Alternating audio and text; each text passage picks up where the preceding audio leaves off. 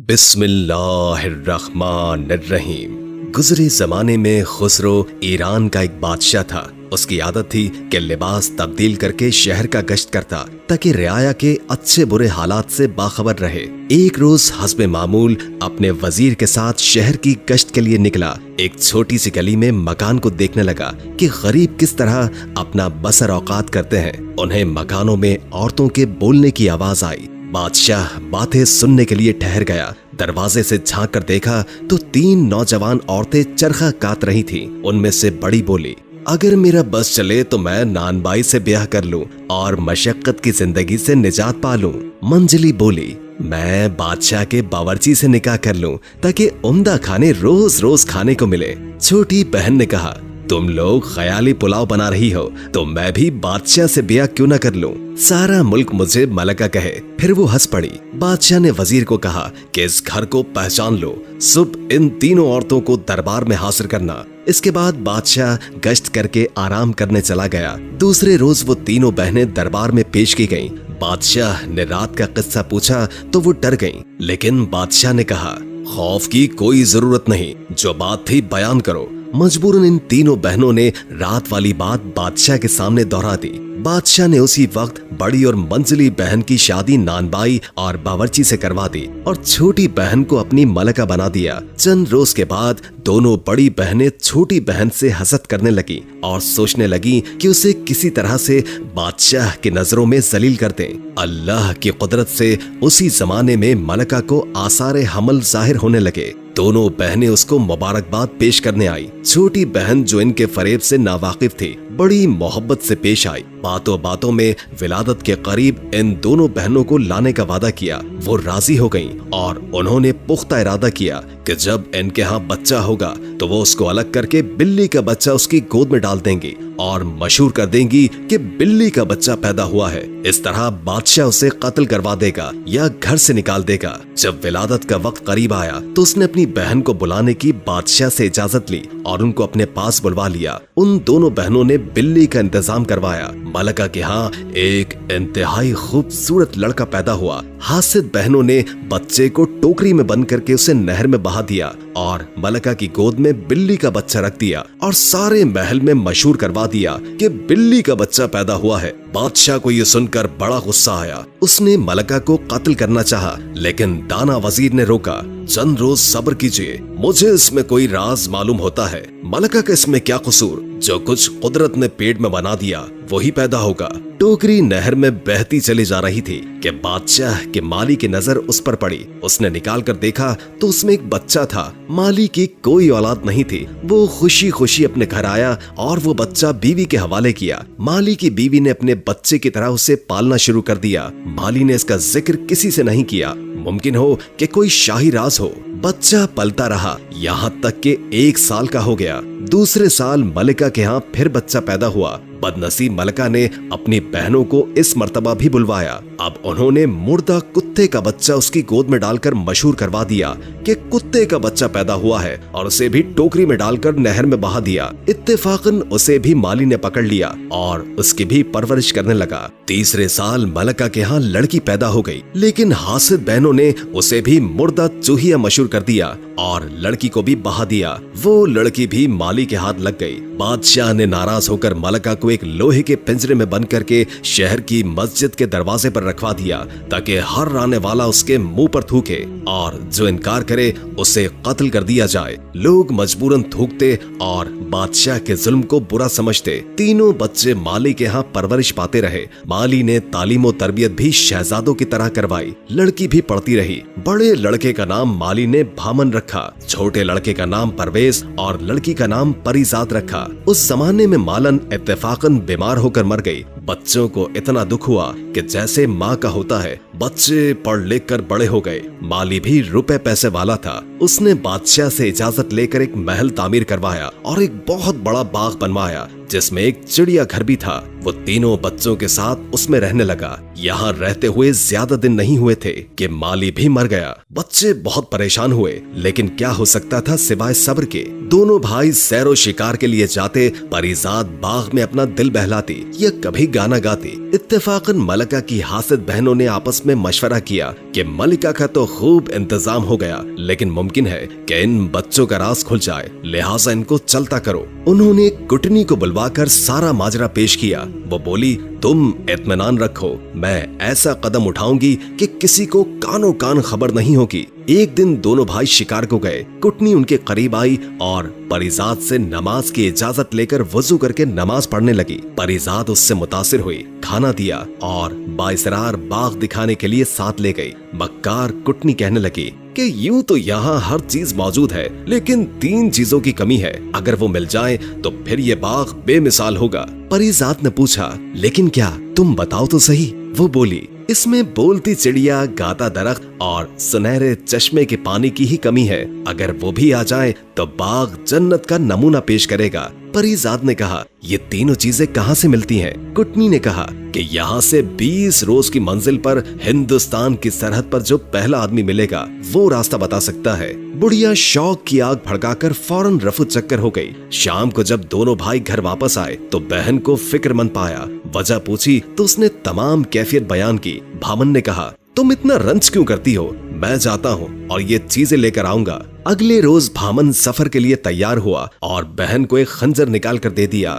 जब तक ये साफ है तो समझो कि मैं बखैरियत हूँ। अगर ये मैला हो गया तो समझ जाना कि मैं मुसीबत में हूँ। अगर ये खून आलूद हो जाए तो समझ जाना कि मैं इस दुनिया में नहीं रहा। इसी तरह भाई बहन से रुखसत होकर उसी रास्ते पर चल दिया जो कुटनी ने बताया था। 21वें रोज सरहदे हिंदुस्तान पर उसे एक कुटिया नजर आई। सीधा वहां पहुंचा तो वहां एक फकीर बैठा था। उसका चेहरा बालों से छुपा हुआ था। भामन ने जेब से कैंची निकालकर फकीर का खत बनाया और फिर अदब से सलाम किया। फकीर खुश हुआ और कहने लगा, यहाँ कैसे आना हुआ? भामन ने अपना किस्सा बताया। फकीर ने सर्द आह भरकर कहा, बेटा, मुझे रास्ता तो मालूम है, लेकिन वहाँ खतरे बहुत ज्यादा है। क्योंकि तुमने मेरी बड़ी खिदमत की है, मैं तुम्हें इस काम से मना करता हूँ।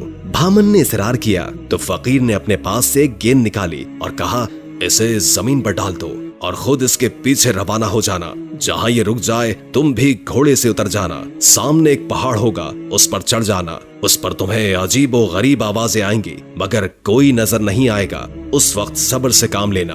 अगर तुमने पीछे मुड़कर देखा तो तुम पत्थर के बन जाओगे। अगर आगे बढ़ते गए तो तुम्हें तुम्हारी मतलूबा चीजें मिल जाएंगी। भामन ने फकीर का शुक्रिया अदा किया और गेंद जमीन पर डालकर उसके पीछे चल पड़ा। गेंद पहाड़ के दामन पर ठहर गई। वो घोड़े से उतरा और पहाड़ पर चलने लगा। अभी चंद ही कदम चला था कि चारों तरफ शोर मच गया। गालियों की आवाजें आने लगी। भामन सब कुछ सुनता रहा और आगे बढ़ता रहा। मजीद ऊपर पहुंचा तो गालियों की आवाजें मजीद बढ़ गईं। गालियां सुनकर उसका खून खौल उठा। भामन तलवार निकालकर पलटा तो वहां कुछ भी नहीं था, लेकिन वो खुद पत्थर का बन गया। परीजाद रोज खंजर उठाकर देखती और दुआ करती। एक दिन उसकी तबीयत उदास थी। उसने खंजर उठाकर देखा तो वो चमक रहा था। शाम हो गई, लेकिन उसकी परेशानी दूर न हुई। परवेज बाहर आया तो कहने लगा, परीजाद, जरा भाई का खंजर ले आना। परीजाद खंजर लाई तो वो बिल्कुल स्याह हो चुका था। ये देखकर वो रोने लगी। परवेज बड़ा परेशान हुआ और परीजाद से कहा कि मैं भाई की तलाश में जा रहा हूँ। परीजाद बोली, मैं अकेली कैसे रहूंगी? वो बोला, मैं तुम्हें खुदा के सुपुर्द करके जा रहा हूँ, लेकिन अगर भामन को इस हाल में छोड़ दिया तो सोचो उसका क्या हाल होगा। इसके बाद वो दोनों गले लगकर रो पड़े। परवेज ने अपने गले से मोतियों की माला निकालकर बहन को दे दिया और कहा कि जब तक ये ठीक रहे समझ जाना कि मैं ठीक हूँ, और जब मोतियां आपस में जुड़ जाएं तो मेरी मौत का दिन होगा। परीजाद ने हार गले में पहन लिया और कहा कि जाओ, मैं तुम्हें खुदा के सुपुर्द करती हूँ। परवेज 20 रोज सफर करने के बाद 21वें रोज उसी फकीर की कुटिया में पहुंचा और वही बातें दोहराई। फकीर ने समझाया, बेटा, क्यों अपनी जान खतरे में डालता है? चंद रोज पहले तेरी ही शक्ल का नौजवान गया था, मगर वापस नहीं आया। शायद पत्थर का हो गया। परवेज ने कहा, वो मेरा भाई है, मैं अपनी जान दे दूंगा या इंतकाम लूंगा। फकीर ने जब देखा कि ये बात नहीं मानता तो गेंद निकाल कर दे दी और कहा, इसे जमीन पर डाल दो और इसके पीछे चल पड़ो। परवेज ने गेंद जमीन पर डाल दिया और उसके पीछे चल पड़ा और उसके साथ भी वही कुछ हुआ और वो भी पत्थर का हो गया। जिस वक्त वो पत्थर का हुआ, परीजाद के गले में मौजूद माला की मोतियां आपस में जुड़ गईं, जिससे परीजाद समझ गई कि दूसरे भाई परवेज पर भी कोई मुसीबत आन पड़ी है। परीजाद तमाम दिन भाइयों को याद करके रोती रही। दूसरे रोज मर्दाना लिबास पहनकर घोड़े पर सवार हुई और अल्लाह का नाम लेकर चल पड़ी। 20 रोज की मुसाफत के बाद 21वें रोज उसी फकीर की झोपड़ी पर पहुंच गई। वही सवाल किया। फकीर ने कहा, बेटी मुझे मालूम है कि तुम लड़का नहीं हो, फिर इतना बड़ा इरादा क्यों? उसने कहा, अभी मेरे दोनों भाई यहाँ आकर वापस नहीं लौटे, मैं या तो उनका बदला लूंगी या यहीं खत्म हो जाऊंगी। उसे भी फकीर ने समझाया और एक गेंद दे दी। परीजाद ने फकीर से गेंद लेकर सलाम पेश किया और फिर अपने कान में रुई इस तरह डाल दी कि कान बिल्कुल बंद हो गए। ये देखकर फकीर मुस्कुराया और कहने लगा, लगता है कि तुम जरूर कामयाब हो जाओगी। ये तरकीब आज तक किसी के दिमाग में नहीं आई। जाओ, खुदा तुम्हारी मदद करे। परीजाद गेंद के साथ रवाना हुई। पहाड़ी के दामन में पहुंचकर घोड़े से उतरी। पहाड़ पर चढ़ने लगी। हर तरफ आवाजें बुलंद हुई, मगर परीजाद के कान बंद थे, कुछ भी सुनाई न दिया। वो बेखतर पहाड़ की चोटी पर पहुंच गई और वहां एक चिड़िया का पिंजरा लटक रहा था। परीजाद ने अपने कानों से रुई निकालकर सुना, चिड़िया शोर मचा रही है, कैसे पकड़ लो, ये चोर है। परीजाद ने उसका पिंजरा उतार लिया। चिड़िया खामोश हो गई। कुछ देर के बाद बोली, अब मैं आपकी गुलाम हूँ। परीजाद ने कहा, गाने वाला दरख्त कहाँ है? चिड़िया ने उसे उसका पता बता दिया और बोली कि इसकी शाख तोड़ लो, वो ही काफी है। परीजाद ने शाख तोड़ दी और फिर सामने के चश्मे से वहीं रखे गड्ढे को चांदी के पानी से भर लिया। फिर परीजाद ने चिड़िया से पूछा कि मेरे भाई जो पत्थर के हो गए हैं किस तरफ रखे होंगे? चिड़िया बोली, फुला तरफ मौजूद होंगे, उन्हें उधर तलाश करो और इसी चश्मे का पानी उन पर डाल दो और फिर खुदा की कुदरत देखो। परीजाद ने भाइयों को ढूंढा और उन पर चश्मे का पानी छिड़का।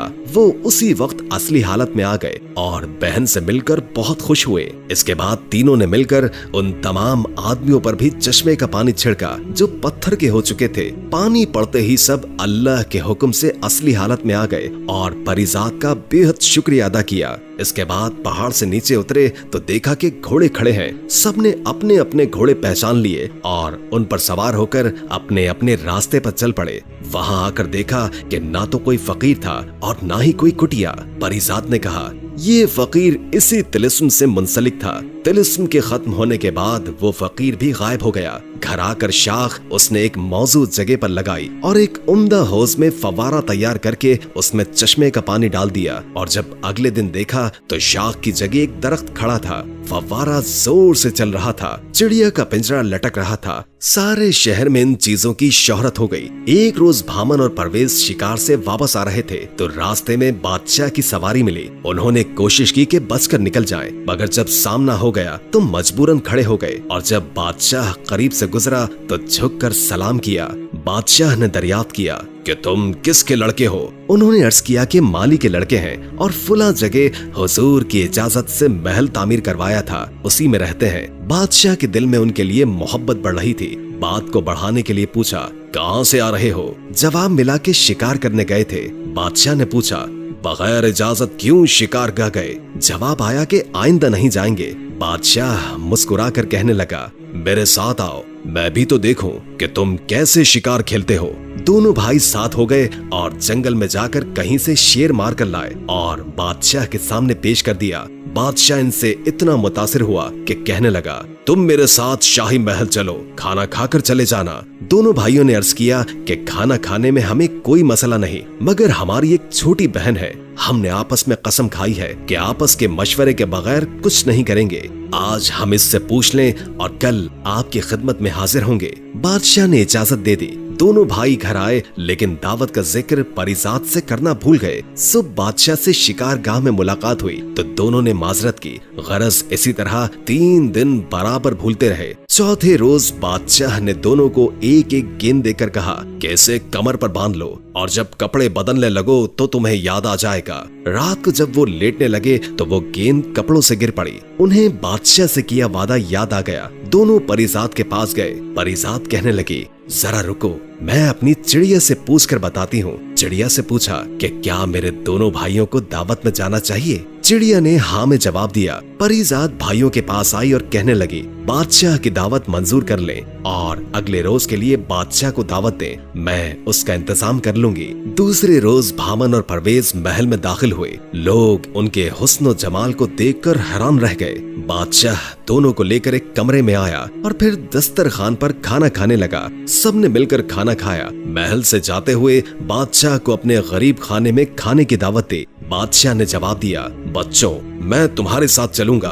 दोनों भाइयों ने घर आकर सारा किस्सा अपनी बहन को सुनाया। दूसरे रोज दोनों भाई तो शिकार पर चले गए और परीजाद चिड़िया के पास आई और पूछा, बादशाह की हमारे घर में दावत है, किस किस्म का खाना पकाना चाहिए? चिड़िया ने कहा, अपने बावर्चियों से कहो कि अच्छा खाना बनाए, मगर मोतियों की खीर जरूर बनाना। परीजाद ने कहा, इतने मोती कहाँ से आएंगे? चिड़िया बोली, बाग में फला दरख्त के नीचे खजाना है, जितने मोती चाहिए ले लो। परीजाद ने खुद जाकर खोदा तो वहाँ लातादाद खजाना मौजूद था। उसने एक संदूकची मोतियों की निकाली और बावर्ची को बुलवाकर मुख्तलिफ खाना पकाने का हुक्म दिया। उधर दोनों भाई बादशाह के साथ शिकार खेलते रहे और रात को बादशाह को अपना किया गया वादा याद दिलाया। बादशाह तैयार हो गया और सीधा इनके घर आया। परीजाद ने अपनी कनीजों के साथ दरवाजे पर बादशाह का इस्तकबाल किया। बादशाह ने भी बेटियों की तरह परीजाद को प्यार किया और फिर वो तीनों बादशाह को अपना बाग दिखाने चले गए। बादशाह जब खाना खाने लगा तो मोतियों की खीर देखकर हैरान रह गया। उसने कहा, ये कैसी खीर है? क्या मोती भी खाए जाते हैं? भामन, परवेज और परीजाद खामोश होकर चिड़िया की तरफ देखने लगे। चिड़िया ने बादशाह से मुखातिब होकर कहा, आप मोतियों की खीर देखकर हैरान तो हुए, लेकिन मैं आपसे पूछती हूँ कि जब आपके साथियों ने यह कहा कि मलका के यहाँ बिल्ली, कुत्ते और चूहिया पैदा हुई है, उस वक्त आपने ये ना सोचा कि इंसान के यहाँ जानवर कैसे पैदा हो सकते हैं? चिड़िया की बात सुनकर बादशाह हैरान रह गया और बोला, अगर तुम्हें राज की बातें पता है तो मुझे बताओ कि मामला क्या है? चिड़िया बोली, मलका की बड़ी बहनें जिनका निकाह आपने उनकी मर्जी से करवाया था, अपनी छोटी बहन से हसद करने लगी थी। चुनाचे उन्होंने पहली और दूसरी बार के पैदा हुए लड़कों को टोकरी में डालकर नहर में बहा दिया और मशहूर कर दिया कि बिल्ली और कुत्ते के बच्चे पैदा हुए हैं। तीसरी बार बेटी पैदा हुई और उसको भी उसी तरह नहर में बहा दिया और आपको कहा कि मुर्दा चूहिया पैदा हुई है, लेकिन खुदा के हुक्म से वो तीनों बच्चे माली के हाथ लगे हैं। उसने उनकी खूब परवरिश की,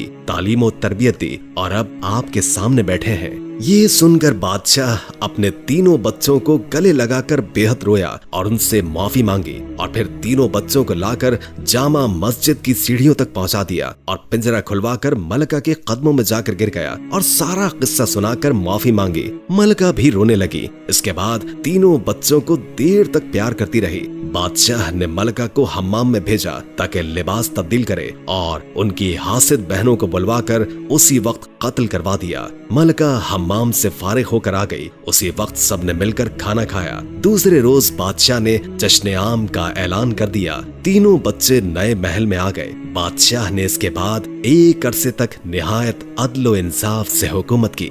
उम्मीद है कि आज की वीडियो आपको अच्छी लगी होगी। अगर वीडियो अच्छी लगी हो तो लाइक करके हमारे चैनल को सब्सक्राइब कर दें और बेल आइकॉन को क्लिक कर दें ताकि हमारी नई आने वाली वीडियोस का आपको पता चलता रहे। अगर जिंदगी रही तो एक और वीडियो के साथ इंशाअल्लाह हाजिर होंगे। अभी हमें इजाजत दीजिए। अल्लाह हाफिज।